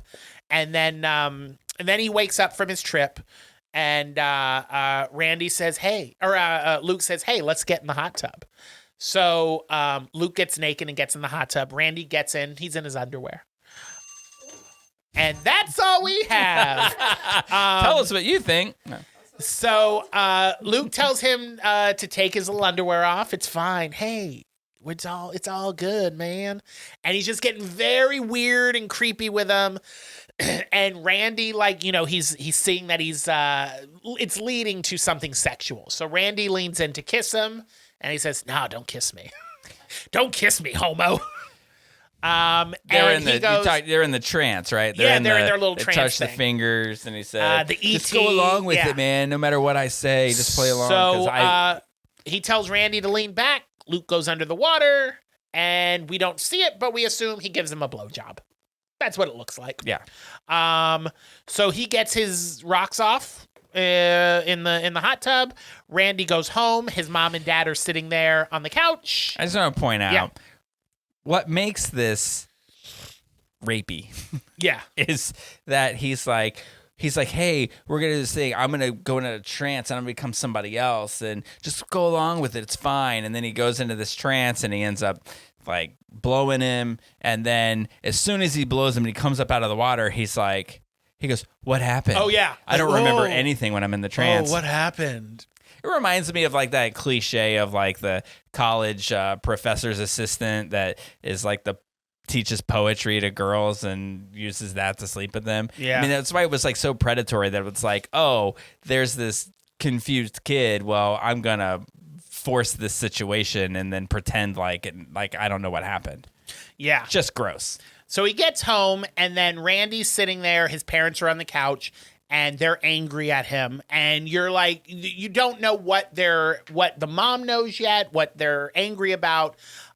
So the mom tells the dad, you know, tell him you love him. And the dad says, "I love you, son." And then she tells Randy, "Hug your father." And he's sitting there with his arms crossed, and he won't hug him.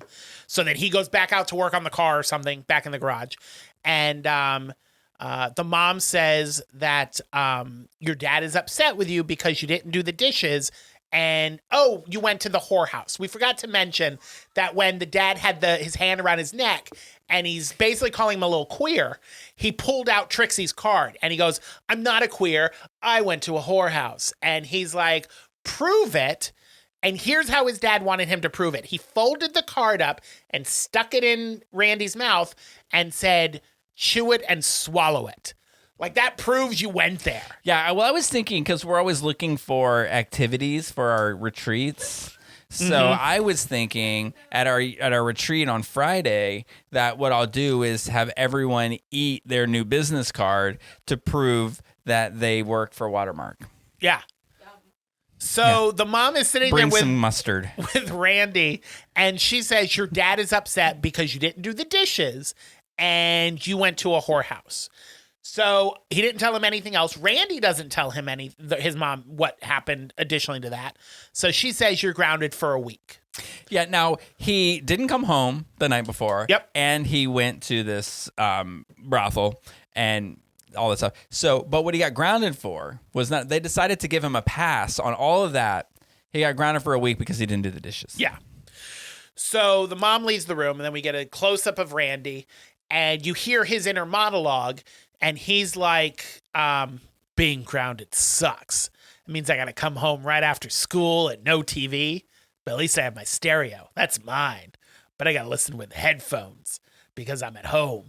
But when I'm out here, and I can't wait to be out on my own, I'm going to listen to my stereo without headphones. And scene. End scene, the end. What the fuck? Yeah. What?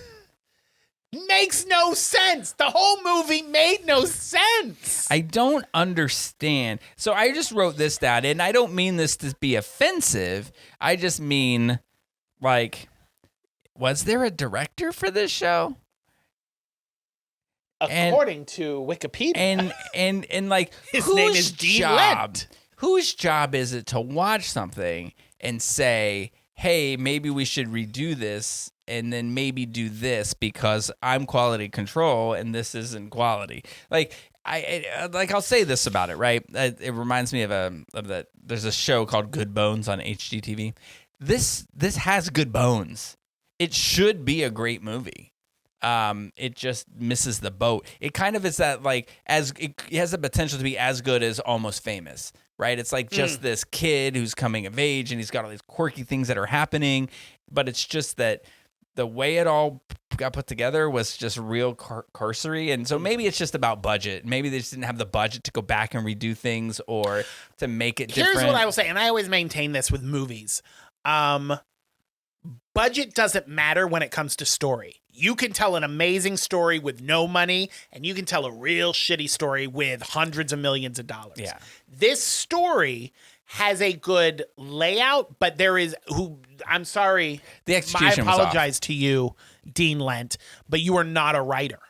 And the writing was atrocious. The layout of this film was atrocious. It was released by Breaking Glass Pictures. I don't know what else they've done, but they do every like they're like the A24 for independent gay movies. So they do a lot of independent gay movies. I thought A24 was the A24 of independent gay movies. Well, no, like without the major stars. So like A24, you're gonna have some major stars in yours, and this one you're not. You're gonna get Jonathan Silverman and Reed Miller. I mean, I feel like the story was really good, and maybe the writing wasn't, but I feel like it's more in the direction, like the very uncomfortable scene between the father and son. Yeah. Like just it didn't make sense. It's like it got edited and all of the explanation was edited out, and it went from like makeup to anger to make a point that the father didn't like that the kid was wearing makeup, but there was no, like, the context, like the information just all seemed to be gone all over the place in this movie. It just it's almost like they made a movie that was like 4 hours long and it all made sense, and they were like, oh, we got to get this down to an hour and 22 minutes. If they just added 10 minutes of some sort of explanation, it would have been fine. The movie itself is only 81 minutes long, so it's like, you could have added a little more context, because there's a lot of scenes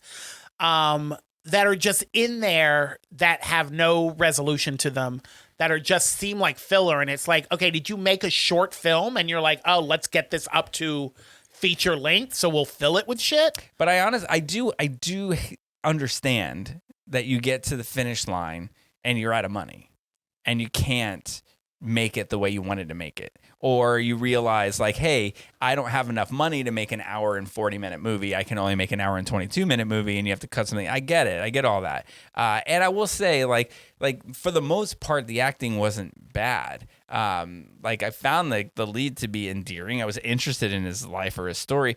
It needed It needed some finesse. The independent nature of it, I liked. I liked the style of it. I liked the time frame of it. I think they did I dug the whole independent vibe that was going on with it. Yeah, I just didn't I like was the not story. impressed with any of the acting, to be honest. It just seemed very I don't know, it just seemed very unrehearsed. Just very like they showed up on one day and they're like, hey, all we've got is today. Jonathan Silverman's got to get back on off Broadway. Reed Miller's having dinner with Mel Gibson, so he can't stay more than 2 hours. Also, I did get, there were several points where I didn't feel like there was a script. Yeah. And that they were just ad-libbing. And so, yeah, I get it. I mean, we all can't be Larry David. You know, I started singing No Day But Today, and I didn't tell you this, but Dylan, for my birthday, you know, do you do the cameo thing? Is it a thing that impresses anybody? He did the cameo thing, and he had Anthony Rapp say happy birthday to me, but he ended up singing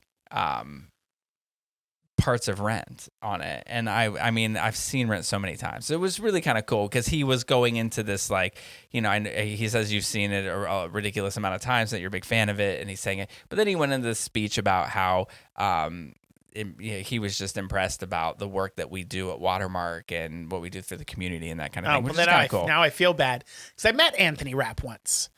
He was at the center, and he is a dreadfully dull person to talk to. I met Anthony Rapp. He had no personality whatsoever. Did I tell you this story? I don't know if I did. Maybe early on in the podcast. Have I told you this? Have you heard of this? In episodes 1 through 5. Jen and I were out at a bar in New York once, and somebody said, tonight is the last night for You're a Good Man, Charlie Brown. And that's the show Kristen Chenoweth got her first Tony for. She played Lucy. Her only Tony. Oh yeah, she played Lucy, and so and everybody's talking about how great it was, and she had won the Tony, and Anthony Rapp was starring as Charlie Brown in it, and we were at this bar, and we're like, let's go to TKTS, let's see if we can get tickets, let's go tonight. And so we did, and we had the first row of the mezzanine, right? Which, you know, for anybody who's been on a stage, you can't see past like the first row. You can't, because of the lights. But where the lights sit, you can see like the first row of the mezzanine too, right? So we go to see the show, and at one point there's a song, and Anthony Rapp's on the side of the stage, and he's looking at, and it looks like he's looking right at me. And I was like, well, that's weird. It's just uncomfortable when you think someone's looking at you. And so I was like, okay, well, that's weird because it looks like he's looking at me. And then that's all I thought of it. But then he sang the entire song and never moved his eyes from that spot, from me. And I thought that was weird. And so so that was the last song, and then it was intermission. And then as soon as the lights came up, Jen's like, this is going to sound really weird. She's like, but was he staring at you? And I was like, oh my God, I wasn't going to say anything because I thought it would sound ridiculous, but wasn't he?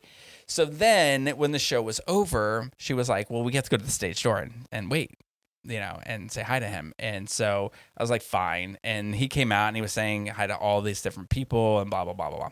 And so we were sitting towards it. We weren't really in line, and I was like, well, let's just go. This is stupid. Let's just go. And she's like, all right. So we started to go, and he walked up to us, and he was like, thanks for waiting. And I was like, oh, yeah.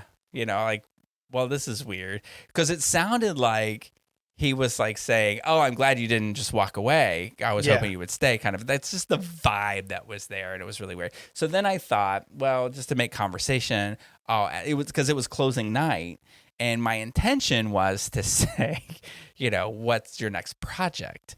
But what came out of my mouth was just like, so what are you doing later? and he was like, he kind of looked at me, and I went, you know, like, what show are you gonna do? Rent? Or, you know, are you going back to Rent? Are you doing anything like that? And he was like, oh, I have no idea. He's like, right now I'm just gonna go hang out with some friends. And we're like, oh, okay. So we did that weird thing then when you walk backwards, but you're staring at each other, and then you slowly like turn away. And I was like, is he gonna ask us to go, or what? It was just really weird. Now, I mean, I didn't pursue anything. I mean, I was way more outgoing in these days, and so if I was single, I would have been like, where are we going? But I wasn't, so I was like, I'm not gonna play that game. But it was just really weird. So we jokingly refer to that time that Anthony Rapp hit on me. But I don't know. You will never know if he was or if he wasn't. It was just a Well, really next time I see him at the situation. center, and there is a lull in the conversation because he is dreadfully dull, I'll be like, "Were you trying to fuck my boss?"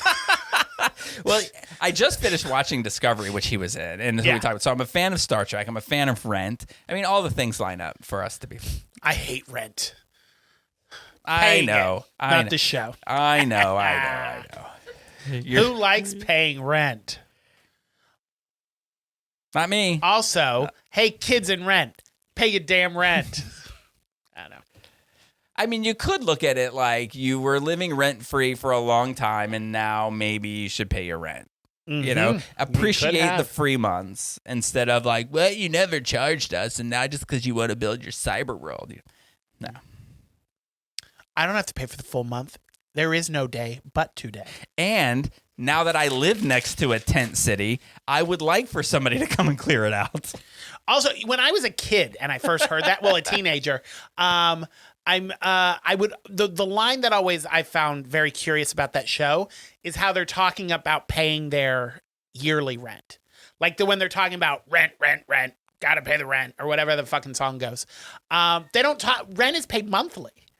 And they're like, we're not paying this year's rent. We're not paying next year's rent. Well, you have to pay the whole year. You pay it monthly, Anthony Rapp. Then it's a little easier to deal with. That might encourage you to pay it if you don't think like, oh, I got to pay $50,000 right now. I mean, if you break it down in monthly, it's a little easier. Yeah. And you got to come with it all now. I'll work with you. Anyway. Thanks for chatting with us, Anthony Rapp, at separate times in our lives. I just want to say I appreciate the cameo from Anthony Rapp. I appreciate him singing. That is nice. Because I have one of John Cameron Mitchell singing "Origins of Love," and I have one of Anthony Rapp singing from Rent, and that's great. I will always love Rent. I mean, that's sort of like. That will always have a meaning to me, whether I think that kids should pay their rent or not. I will always love that music. Now, I do like there is some of the music in it that I really like. So I will agree to that. There's a lot of things like the story. Oh my God, we should do Rent next. We should do the movie version of Rent for next week. Then I can tell my Anthony Rapp story again. Anthony Rapp is listening to this going like, kid, I couldn't see the best first row. I don't know what the fuck you're talking about. Why is he so obsessed with me? I know, right? He tells this story all the time. How do you know that, Anthony? If I have to read this in one more fucking article or listen to one more podcast about this moron that thinks I was staring at him. Anyway, I actually have a movie that I was going to pitch to you for next. I knew you were staring at him. Oh, was he married? Was he married back then? I don't know. He was a good man. That's all I know. That indeed he was. And we'll talk about more good men next week on Wine or Why Not. It's a game show now. It's a game. Oh, we should totally do that. We should do Wine, Why Not, the game show. Oh. And you put we keep talking about doing a live Fringe show. Maybe we'll do a Wine or Why Not. And then you put down a bunch of different things like grape juice and wine and all that stuff. And then I have to tell which is alcoholic and which isn't. Oh, that's wine. Shit. Gotta call my sponsor. Back to step one. But we will be back next week. We will. And we'll be back with another movie or a TV show or something. But until then, the cork is back in the bottle.